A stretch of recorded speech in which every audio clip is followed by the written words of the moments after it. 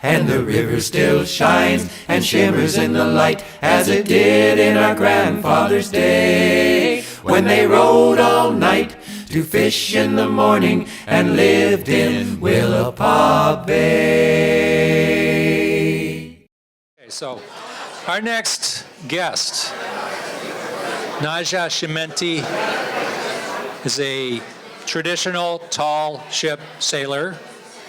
At 18, she got her license. She's been teaching boating and maritime skills in different contexts ever since. I'll let her tell you anything more about herself. Come on up here, Nahja.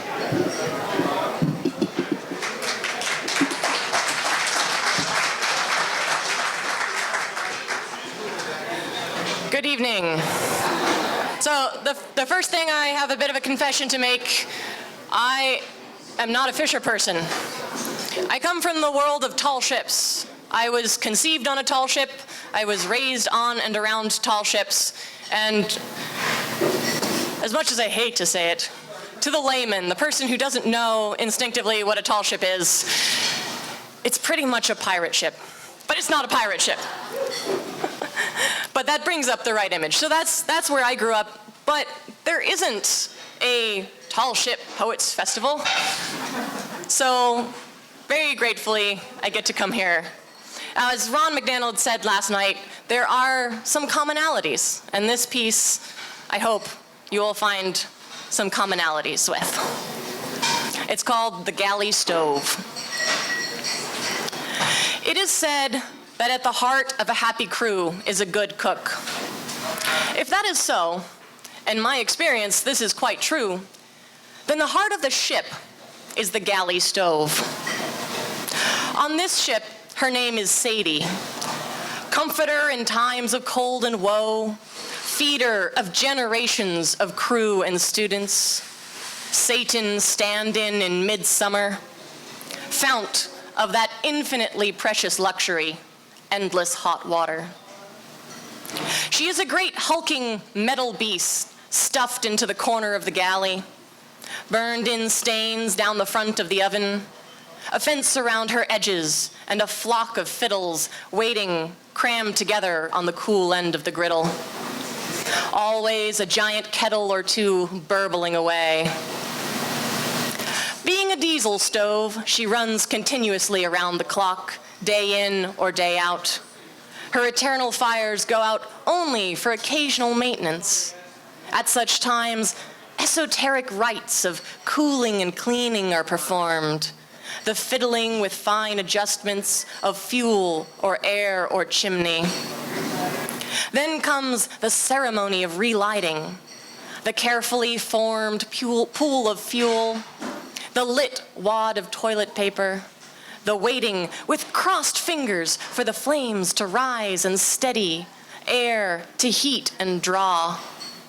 It is rather like open heart surgery has just been performed, and we wait with bated breath for the steady beat to start again.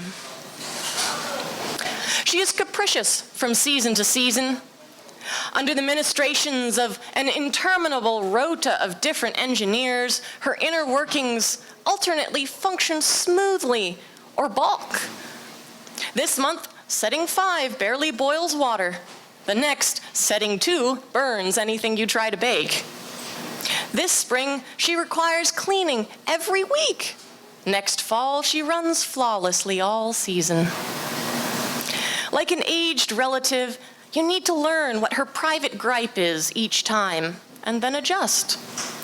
Cooking longer for each meal just now.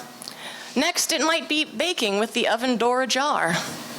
Sometimes the wind backs funny behind the mainsail and drives the smoke back down the chimney. But all this is small price to pay for her resolute, loyal service. I remember the first meal I learned to cook on Sadie. Of course, the galley was one of my favorite places to spend time. Even in early childhood, I grasped the dynamic of crew and cook. I reveled in the crew's appreciation of each hot meal on a rainy day, or batch of cookies after a long school program. So I badgered the cook to let me do more and more. Eventually, by the time I was 9 or 10 or so, I had earned my independence on one meal: pancake breakfast. Proudly I rose when woken at 5:30 a.m., tiptoeing through the sleeping main cabin, carefully closing the watertight door to the galley to dampen any future clattering of pans or metal bowls. I turned up the stove to cooking temperature from her nighttime low and move the little toggle that diverts the flame and heats the griddle. Priority 1, make coffee. Then start on pancakes. I had to climb on a stool to lift down the big 3-gallon bucket of pancake mix from deep storage shelf. Then, from below the counter, extract the giant bowl so large, a year before I could easily have curled up inside it. The careful measuring of water and dry mix, and stir just enough but not too much.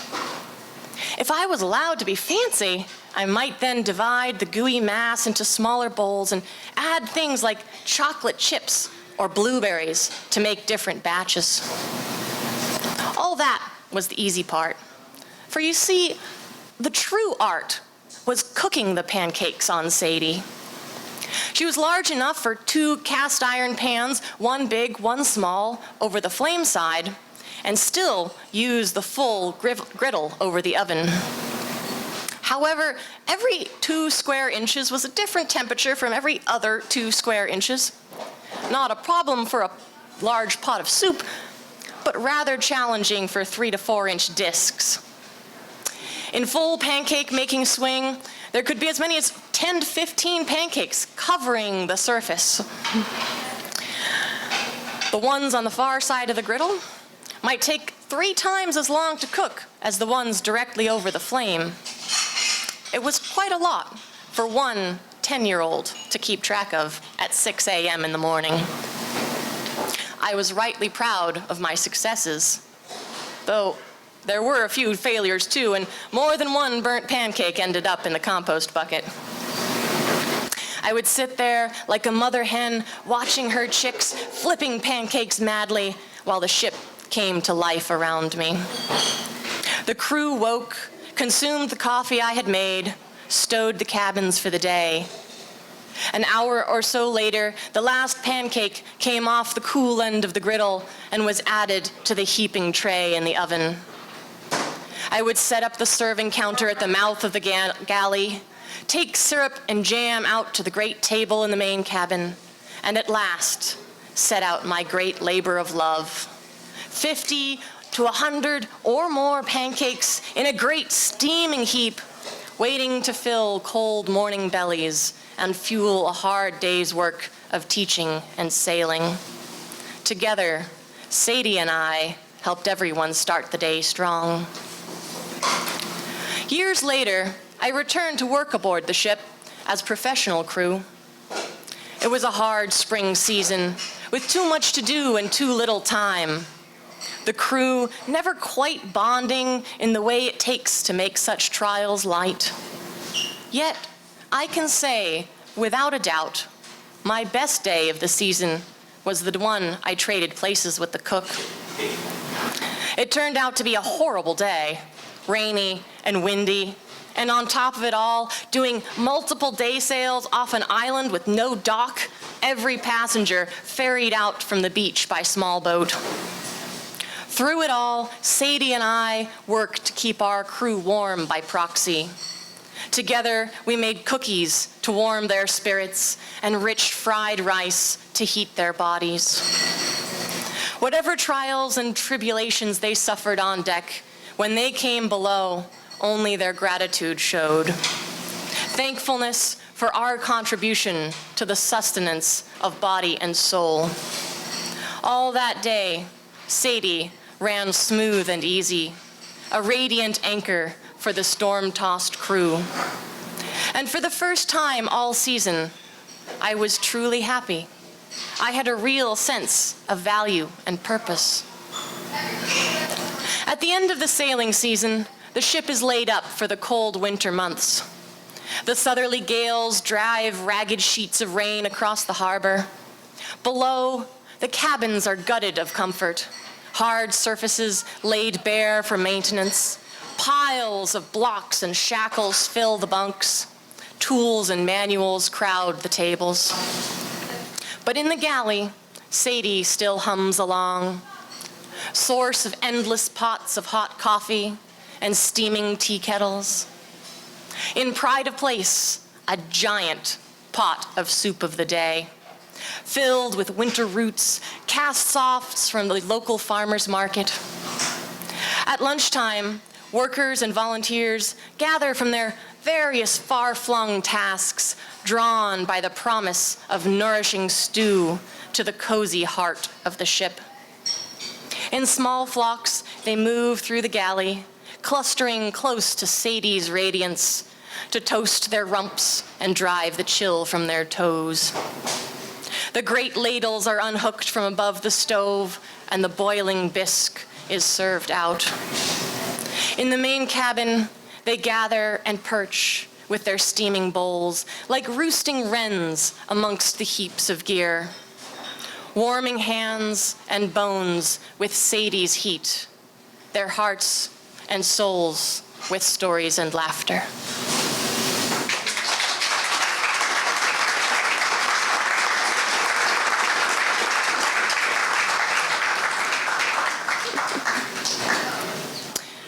So I do a number of things in the tall ship worlds these days. Mostly I run the family business of sailmaking and rigging. But I also teach. I teach maritime skills, I teach sailing, and I often say that I've grown up sailing. I've been sailing my whole life. Sailing is not what I do for fun. On my days off, when people say, hey, you want to go sailing with me? I say, no. But this piece is called How to Sail. You may start by getting a basic lesson, taking classes at some boat institution, or a tutorial from a friend who knows a thing or two about boats. They will teach you about masts and booms, sails and spars, halyards, sheets, shrouds, stays, and swamp you with a whole new lingo that leaves you feeling like you just visited a foreign country. You will learn how to use a rudder or a wheel, how the sail should be filled with wind, and what it means to be in irons. They will explain that tacking is moving the bow through the wind, and jibing, which they stress is very dangerous, is moving the stern through the wind. They will go on about turning up and turning down, which makes no sense until they clarify that the wind is the top of a sailor's world. Eventually, you will proudly wobble a sailing craft across the bay on your own. And without further ado, you are hooked by the challenge and grace of it. You will think, if only I could master this, then I would truly be free. So you start reading about sail theory. You go down rabbit holes of particle flows and slot effects. You research hull design and fluid dynamics. Then, when you go out to sail, you study the telltales closely and are constantly adjusting the sheets, trying to achieve perfect trim. You mess with Cunningham's and backstay tension. It is all-consuming, and you are jumping up every few minutes to tweak this or that. At the end of the day, you are exhausted, but exhilarated. A friend asks if you had a relaxing day on the water. You grin and say, not exactly, but I sure put her through her paces. Then you go home and sleep a solid 12 hours to recover from the excitement. Keep going, my friend.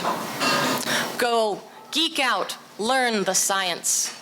Try all the tweaks, but remember to let go, too. Give your intuition space to blossom.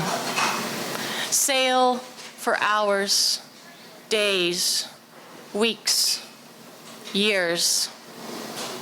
Let your awareness expand around you like some freakish sensor cloud. Then one day, all those theories, all those designs won't matter anymore. One day, you will comprehend that the goal is not to simply make her go as fast as possible. One day, you will be out there and realize that it is just you, the boat, the water, and the wind. Nothing more. You will need no telltales. Instead, feeling the surge of the vessel through the soles of your feet and the seat of your pants. You will see the patterns of the wind on the water and adjust for them before they arrive, intuitively. You will pump the helm instinctively in a swell, keeping your craft straight and calm. Without fuss, you will trim the sheets just right, then let them be. You will adjust your course with your eyes closed, feeling the hum of contentment that arises from the keel as she settles in to the perfect angle of the wind. Soon the rigging joins in, then under the steady guidance of your meditative hand, the whole boat is singing. Mind blissfully empty, at one with the ship, you skim across the waters, the sun on your cheek, the wind in your hair. You will sail by the song, responding to changes of pitch or rhythm, like a pair of dancers in a close embrace tango. Time unrolls into one long, perfect moment. This is no science. It is far older than that.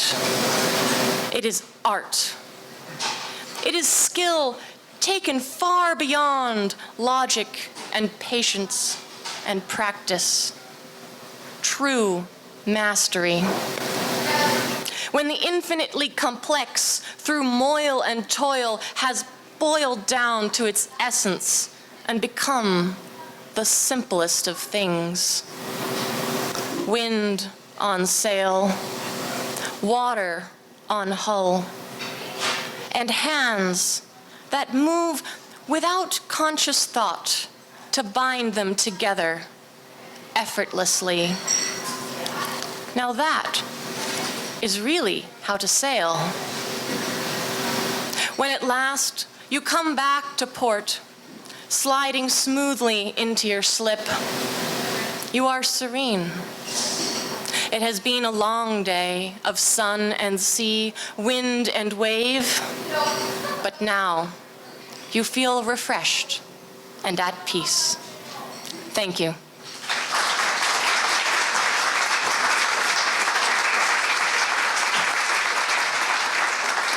Thank you, Nahja. Nice images. And now, a close relative, Wayne Chimenti, will come up. Wayne lives in Marrowstone Island. Very nice place. I've been there myself.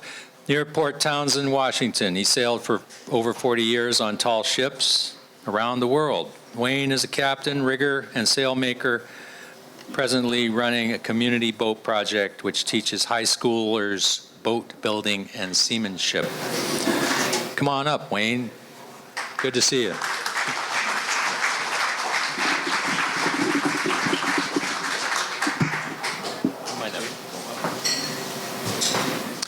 Good evening, everybody. Has anybody ever organized a festival?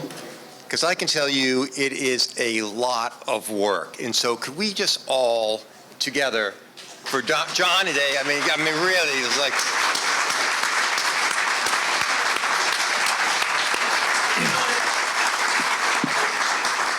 Yeah.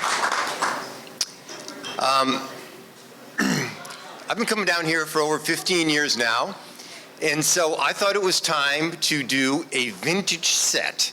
So when I first came down here, being a sailor and not a fisherman, I tried to not talk about sailing too much or my adventures, but just really be an observer of what went on at the Fisher Poets. And so one thing I noticed was that everybody was wearing extra tufts.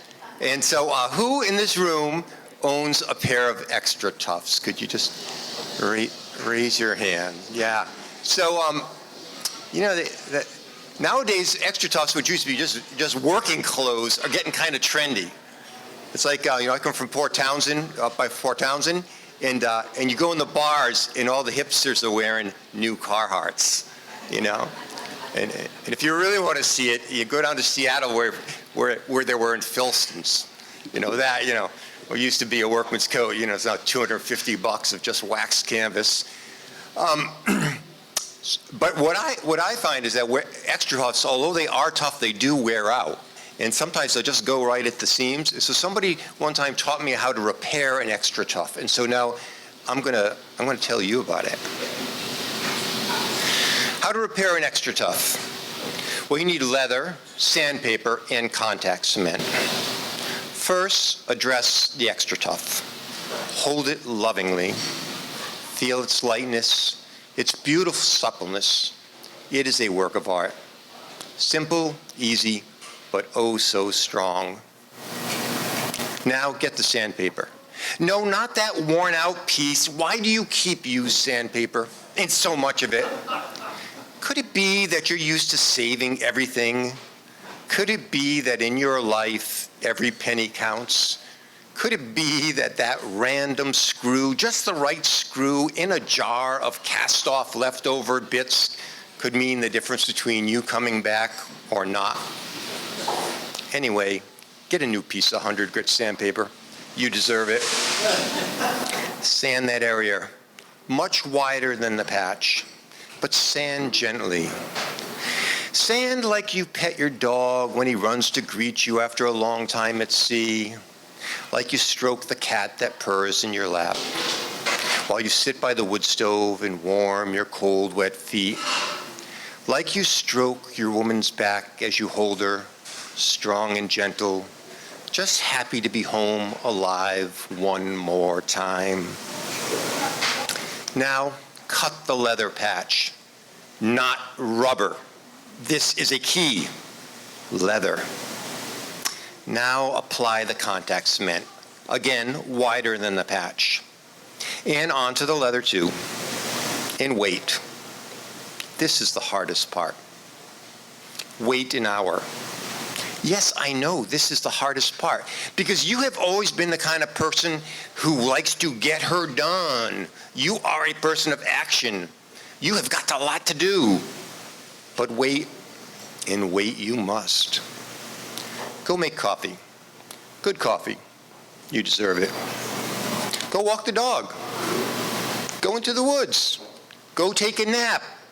What? Oh, sorry, a nap. That's too much. All right, how about read a book? An hour later, apply again. Oh, that smell. Doesn't that remind you of all head-down PVC head plumbing repairs that you've had to do? Doesn't that bring up memories of bilge coat and never sees and Marvel's mystery oil and all those 1,000 wonderful toxic products that we've had to use? Wait until it's tacky, dry tacky. Instructions say 15 minutes. Instructions? Oh, I'm sorry, you're not the read the instructions kind of person. Well, stick your finger in it, because I know you are the stick your finger, test it kind of guy. It should feel like paint. You know, paint laid in the day, late in the day in the spring when the conditions aren't anywhere near right, but you've got to do it anyway because you got to get the boat in the water. You know, the next morning you're going to be leaving the dock, so you test that paint just to see if it's kicked. Yeah, that kind of tacky. Now lay the leather patch on carefully and clamp it. Clamp? How? You'll figure it out. You always have, haven't you? And problems worse than this. I know you have, otherwise you wouldn't be here. Next day, it's complete. A thing of beauty, a handmade repair in a factory-produced world. Now, we know it's not really about the $86, although that buys a short cart of groceries. No, you and that boot, you've been through a lot together, haven't you?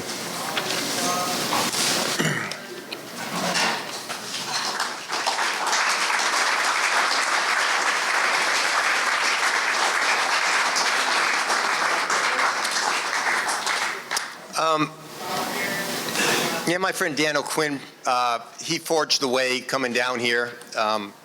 He was the first sailor to crack the Fisher Poets and dragged me down the next year. I sat back as an observer and finally tiptoed up onto the deck here. But anyway, so I was observing that first year, and this is one of my poems that was an observation, sort of Fisher Poets thing. It's called The Last Set in Astoria. The forwards were sitting around the tides in, and the long necks were piling up, shouting to each other to be heard across the din.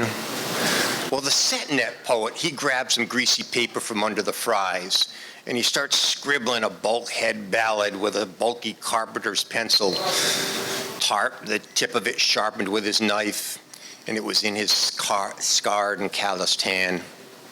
Damn, nothing rhymes with broke, he mutters. Well, the Yakutat Black Carhartt poet returned.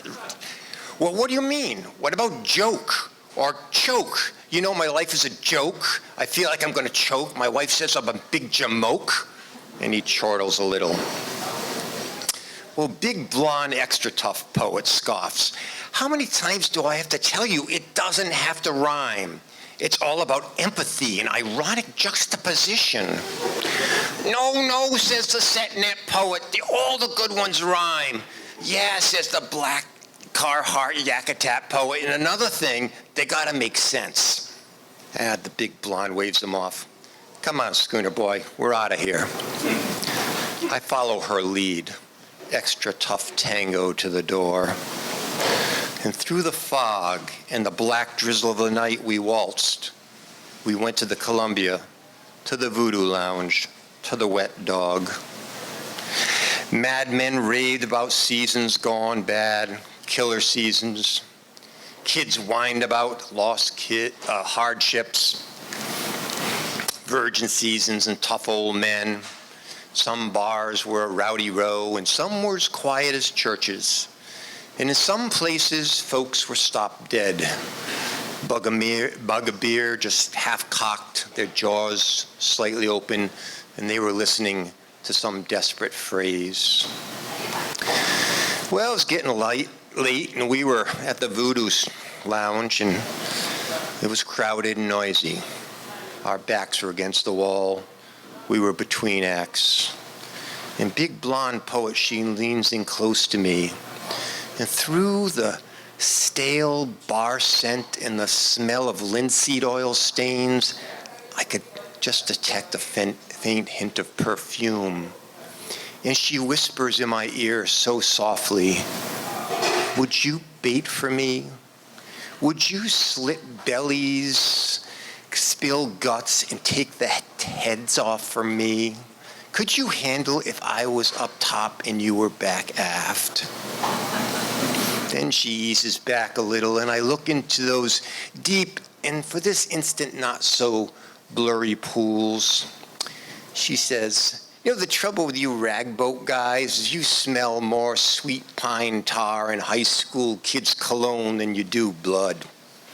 You don't know the smell of blood, the feeling of slime, and the look of death. And I knew it was over. Dream gone by like the last day of a bus season. Hope, that glimmer that keeps us in the game. Hope, no matter ridiculous, for our fleeting and desperate situations. Hope was gone. That was the last set of a weekend in Astoria.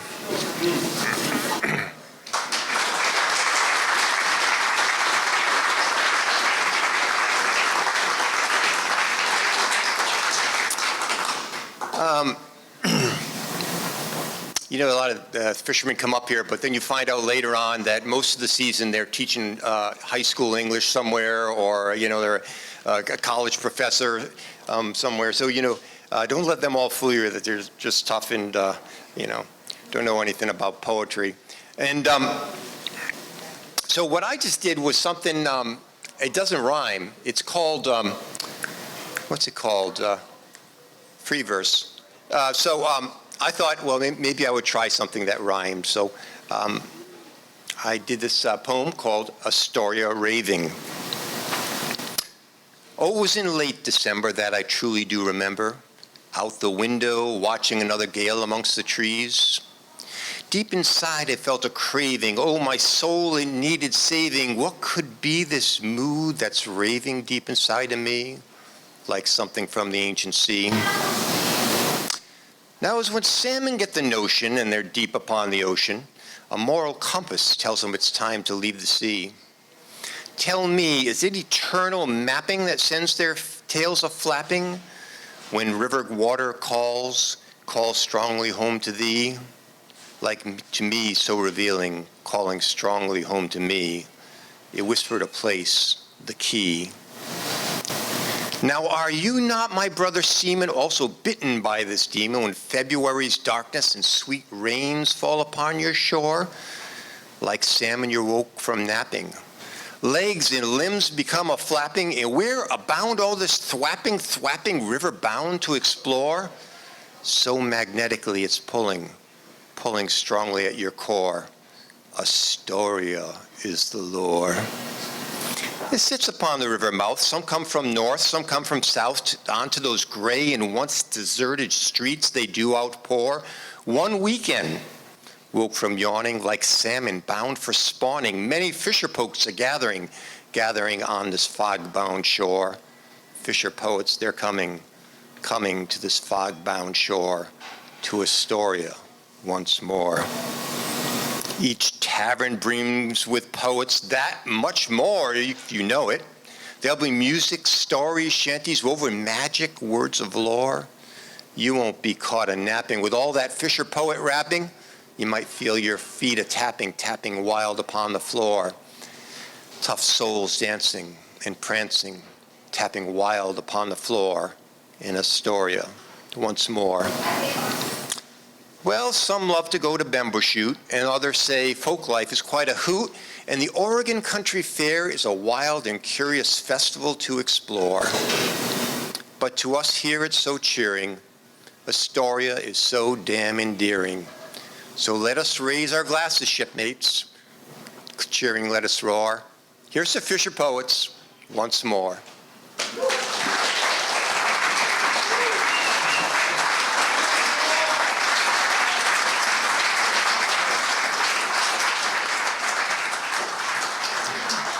Thanks, Wayne. Thanks, Nahja, for bringing the tall ships and sailing life to us. You know, as you were reading, I thought, man, it'd be great if you could take us sailing in one of those the old butterfly boats, you know, used to sail out here on the river, and then, of course, up in Bristol Bay and stuff. I see those. You guys are performing in the tall ship set. You're going to have to go up to Port Townsend where we keep you sailing. Okay. Yeah. I kind of always feel like Port Townsend's a little bit of a sister city to Astoria a little bit, you know. They're two beautiful places. Well, we're going to finish up here. We got a couple songs, and then let me invite you to head over after this, if you've got nothing else to do, to the Fisher Poets at the Line. What's one of our few competitions, and it's as competitive as a family softball game. So there'll be no hard feelings when we're done. But we got some folks who are dialed in to give us a little competition over there next door at 10 o'clock, or as quickly as I can get over there afterwards. And we'll do that for most of an hour, or whatever else you like. So Jane and I are going to give you a couple songs, and we'll call it a night.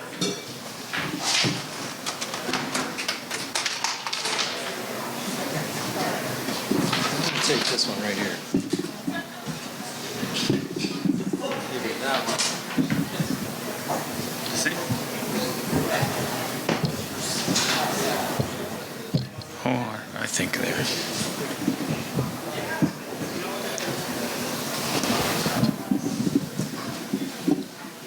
Been a while since we've done this one. Which one are we doing? Wood smoke? Wood smoke.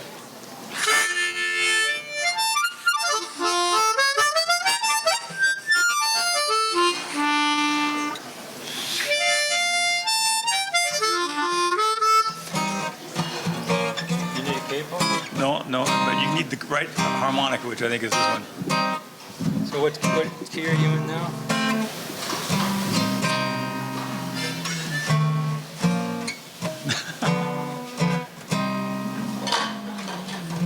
Don't worry, this is part of the act. So we're playing this one in C minor. C minor. We got one guitar, but we have 47 harmonicas.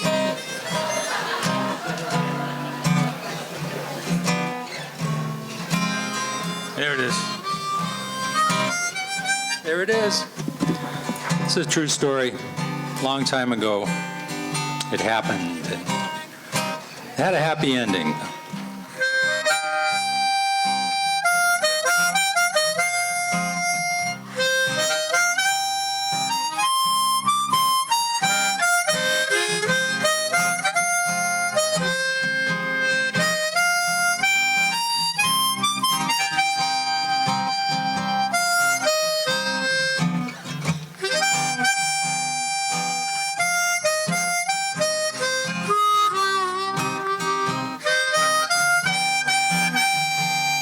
When she told me she was leaving, I prayed it wasn't so.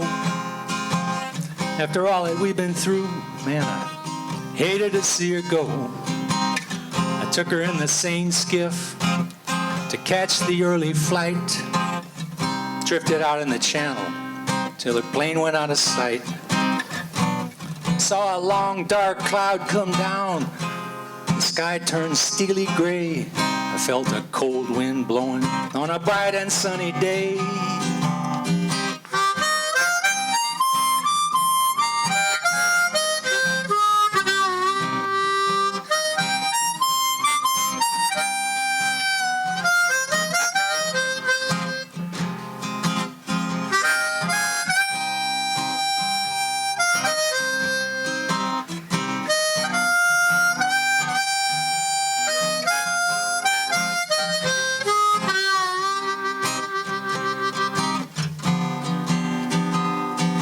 Ever since she left, I've been so down and broken-hearted. Haven't been myself at all since the day that she departed. When I saw her to the gate, I couldn't find the words to say. We held each other one last time. She turned and walked away.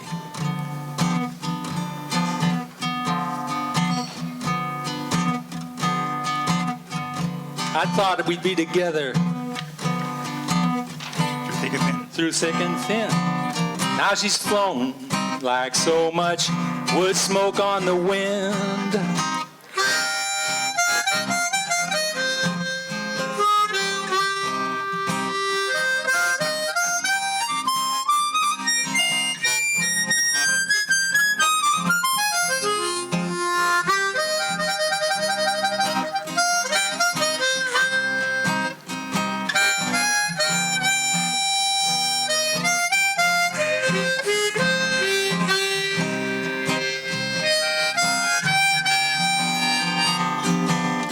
When that jet plane lifted off into a clear blue sky, I was feeling so marooned, I had to hang my head and cry. Seems my ship has hit the rocks, train has jumped the tracks, the lady's gone, stole my heart, fear she won't be back. I hear the night bird call, she soothes me in my sorrow, but the night bird always flies away tomorrow.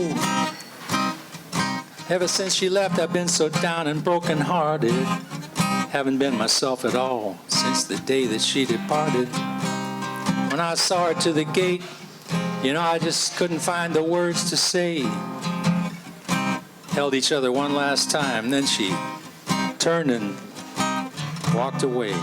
I thought we'd be together through thick and thin, and now she's flown like so much wood smoke on the wind.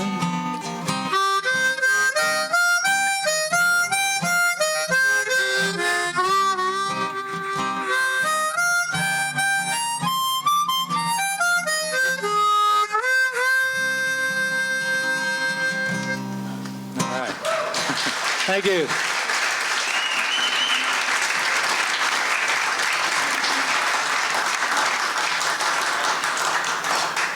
The harmonica never forgets the words. Yeah. And Jay, if he forgets the words, he makes it up with the next harmonica break.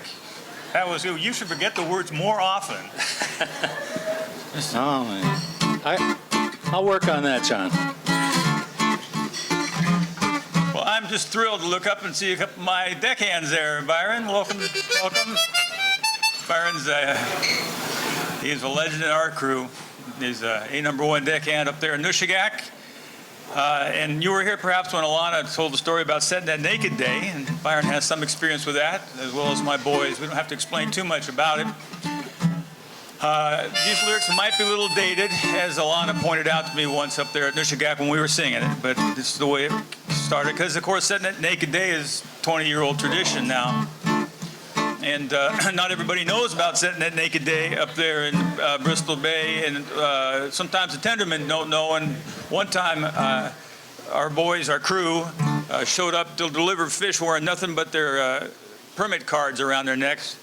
And a gentleman who was the tenderman, well, he didn't know what was going on. So this is the story of it. Okay, I'll do my best. There you go.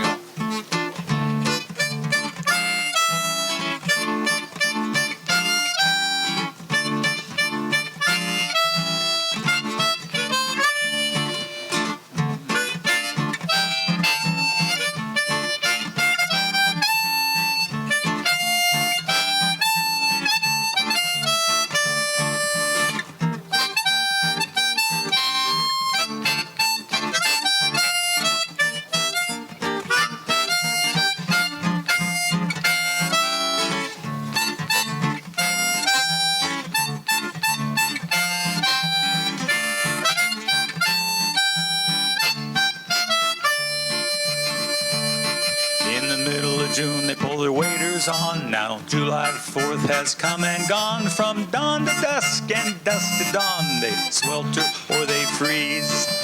They wear lots of poly where the sun don't go. They button up their hairless when she starts to blow. But it's Bristol Bay, not the Costa del Sol, till the 7th of July. It's not very pretty, it's a little risque. Looks like a painting by Edouard Manet. The fish are naked, so are they on set that naked day. You don't shed your shirt, don't go halfway. Gloves and cap for the expose. You might keep the women and the children away on set that naked day.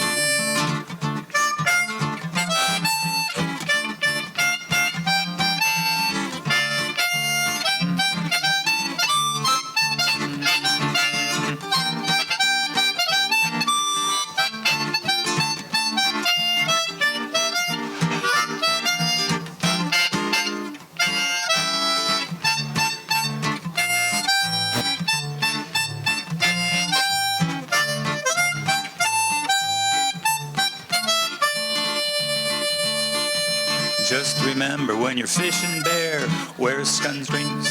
I'm gonna take another go at it, good Jay. Just remember when you're fishing, bear, wear sunscreen. Take fish with care. Don't let your gear get tangled there on set that naked day. It's not very pretty, it's a little risque. Looks a little like a painting by Edouard Manet. But the fish are naked, so are they on set that naked day. You don't shed your shirt, don't go halfway. Gloves and cap for the expose. You might keep the women and the children away on set that naked day.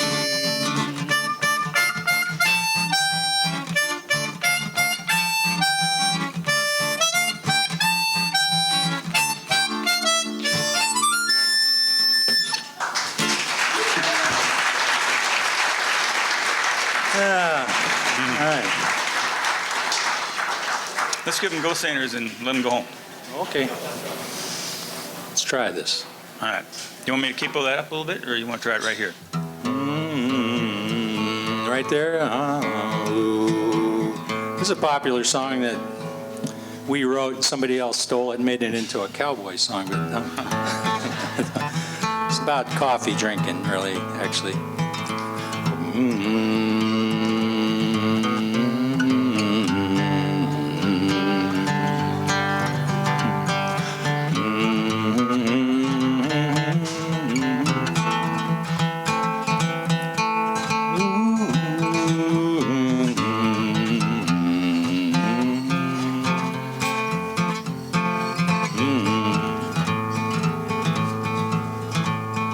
Fisherman was anchored up one dark and stormy day, taking refuge at the head of Lonesome Bay. Started drinking coffee, he'd been there all day long, called that stuff the devil's brew, 'cause he liked it real strong. He'd stepped on deck to relieve himself and was standing at the rail. Happened to glance skyward as the storm above him wailed, when all at once the heavens opened and right before his eyes he spied a ghostly seine boat come roaring across the sky. Skiffy-I-O, Skiffy-I-A, ghost sailors in the sky.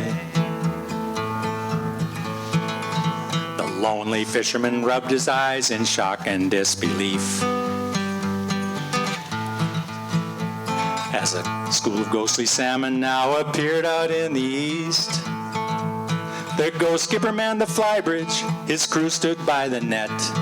Skiffman jumped aboard his skiff, they commenced to make their set. And when the skiff had pulled away and the net was running fair, the ghost skipper hollered out to him, "Hey, you down there, we seem to be short-handed here. Why don't you join our crew? We're rounding up the devil's fish. We could use a man like you." Skiffy-I-O, Skiffy-I-A, ghost sailors in the sky. The storm that swirled around him now raged on inside his head. He'd never been approached before by someone who was dead. To say he wasn't tempted by the offer would be a lie. He considered throwing in with them, but he didn't want to die. The coffee'd made him crazy, he cursed the devil's brew. Though he didn't want to face it now, he knew what he had to do. The only way to save himself was to leave that lonesome bay. As he drove his boat into the storm, he thought he could hear them say, "Skiffy-I-O, Skiffy-I-A, ghost sailors in the sky." Sailors in the sky.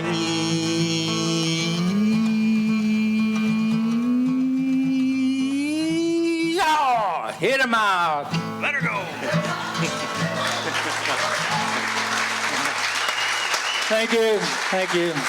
Oh, man. Well, that's Thanks it for us.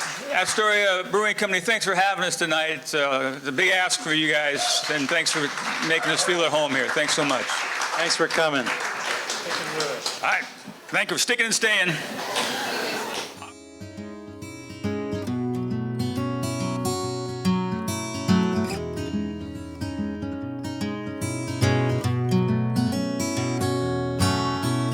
White Maine spruce, grain so even, you can almost hear the music now.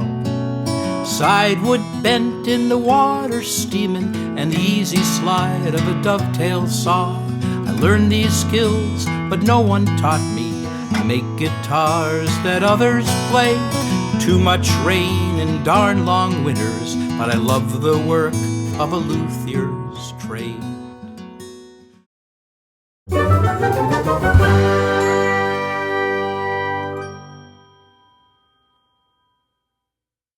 Hey, thanks for taking a minute to talk to us about the FisherPoets Gathering. Can you tell me your name? Jason. Jason, why are you here this weekend? This must be like our 15th one. We've been coming since 2008 from Portland to Astoria to see the poetry. That is fantastic. So that means you're really enjoying it. You're getting a lot out of it. What would you tell people if they were asking you what it's all about and what they should see? Absolutely. I'm always recruiting folks to come down because it's very casual. Doesn't cost a lot of money. You get to see all the poets you like, get to see even more, and it's all walkable. There's plenty of food and plenty of room and lots of voices and 20 minutes, and then you're on to a new artist. So it's been a treat every time. We'll never miss it. Well, I know we only had the Friday night performances. We haven't had the Saturday night performances yet, but so far, what's been your favorite?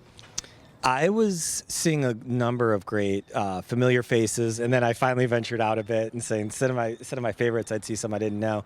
So last night over at Fort George, I saw Mariah Waterman and thought it was just a home run, each poem of hers. So I hope to maybe track her down or follow through with my plan to see new artists tonight. Any tips? If you just move around a lot and you just open your mind up to something new, you'll always be surprised. Jason, thank you so much for talking with us today. We appreciate it. Yeah, you're welcome.